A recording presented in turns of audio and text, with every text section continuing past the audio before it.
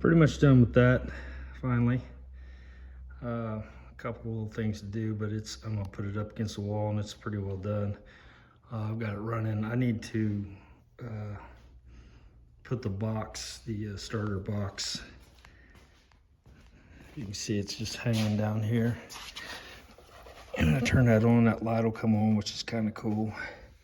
But this is just not quite long enough to fit up here where I want it.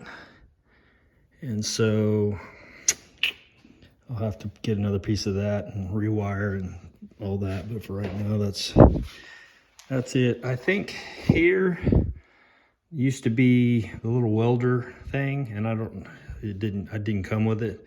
But these blades, you can weld these blades together when you buy them. If you have that little thing there. I think this might have had that. I'm not sure. There's a couple more up here. I thought that's where that box was supposed to go, but I'm not 100% on that because I've been looking at this saw. Seems pretty rare because I've found a lot of DoAll saws, but this one here is just, I mean, the door opens completely. You just pull the top and the bottom there, and let me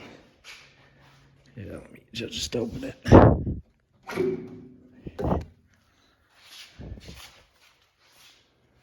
Okay, so then you've got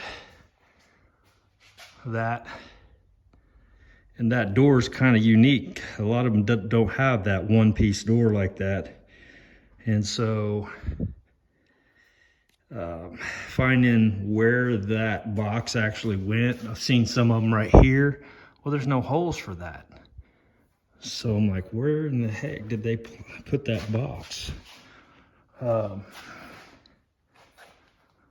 yeah, I was gonna say I put 5 coats of clear on this and it hadn't been flattened out yet.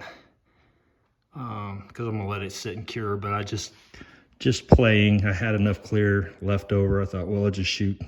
Kind of like there's kind of a thing going around about, what do they call it?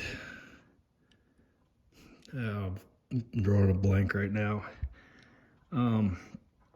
But people are putting like 3 coats on, and then they're sanding it, and then they're putting 3 more coats on.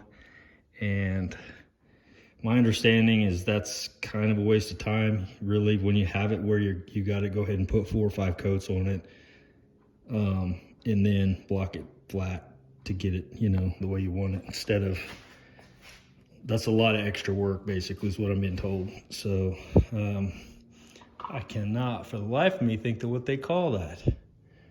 Geez, I hear about it all the time. There's videos all over the place saying, oh, I did this, I did this. I think if you're putting stripes down, that's probably when you'd want to do that.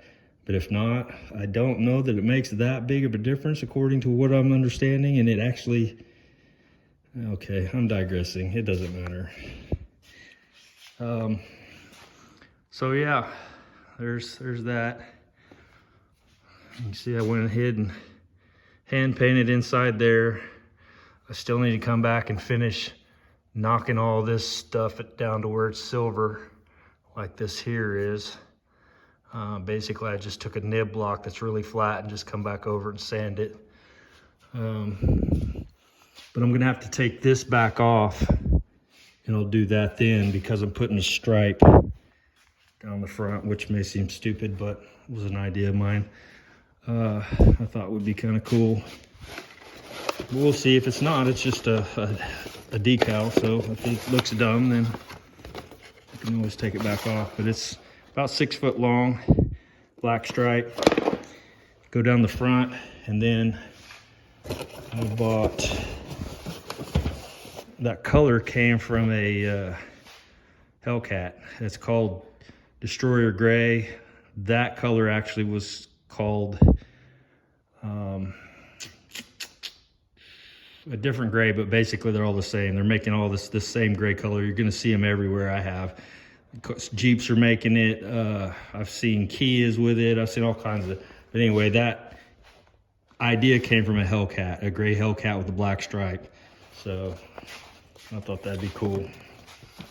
But you can see here, I've got the Hellcat head, so I thought about maybe, we'll see,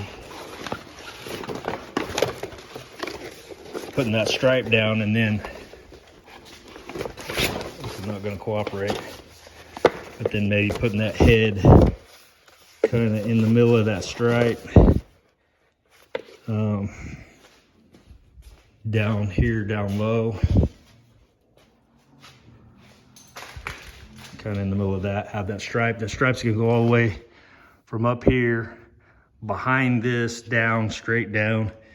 And then I've got a smaller Hellcat head, and then I've got that big one. So I don't know if that'll just look stupid or not. It's kind of one of those deals I'll have to wait till I get the stripe on and go, okay, that looks dumb, or yeah, that's pretty cool.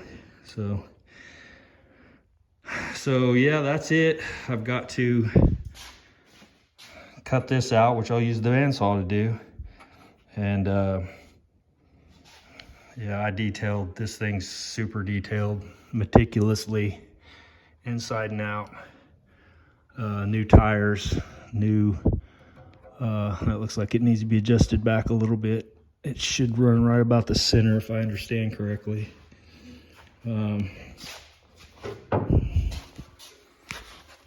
All this in here has been cleaned, painted, except for this. I just left it the same color it was.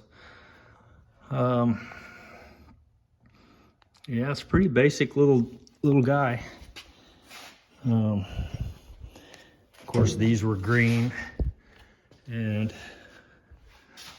you see there, I went ahead and I basically, that shows, kind of tried to do something with them, then I clear coated them. Tried to put lines basically in them. That one doesn't show that well, but there's a reflection. Yeah, this should be one of the nicest bandsaws on the planet. Old bandsaws anyway. But then I put the wheels on it so I could move it around. So that's pretty much it. It turned into more of a thing than I wanted. I was ordering some gray paint like this, touch-up paint, to put on the side of this, because I forgot about it. It sat over here and I painted everything, and it's like, oh crap, I didn't want to mix up more, so I thought, well, I'll just get some rattle can and it'll match close enough. I mean, it is what it is. And they can't get it in. They're not making it. It's on back order for a year, 2 years or something. I don't know. It's kind of crazy. So there's that. These little guys here, they're pretty much original. Painted that, polished that.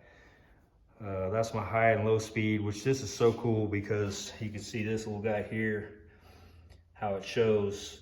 Like if you're cutting wood, you're gonna go higher speed, but if you're cutting metal, then you want it to go really slow. Well, this is basically a 2-speed transmission that allows you to go from 50 to, I can't see that, I don't have my glasses on, but it's quite a bit. It's pretty good. Anyway, let's show you how it works. Let me close this.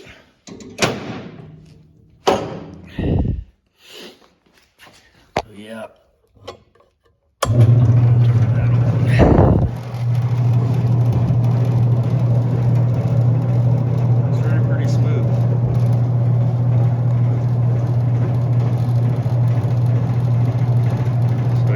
So slow that I could actually cut metal with it, and that was what I was wanting, because I make a lot of patch pieces and stuff, and I thought, man, this would be cool.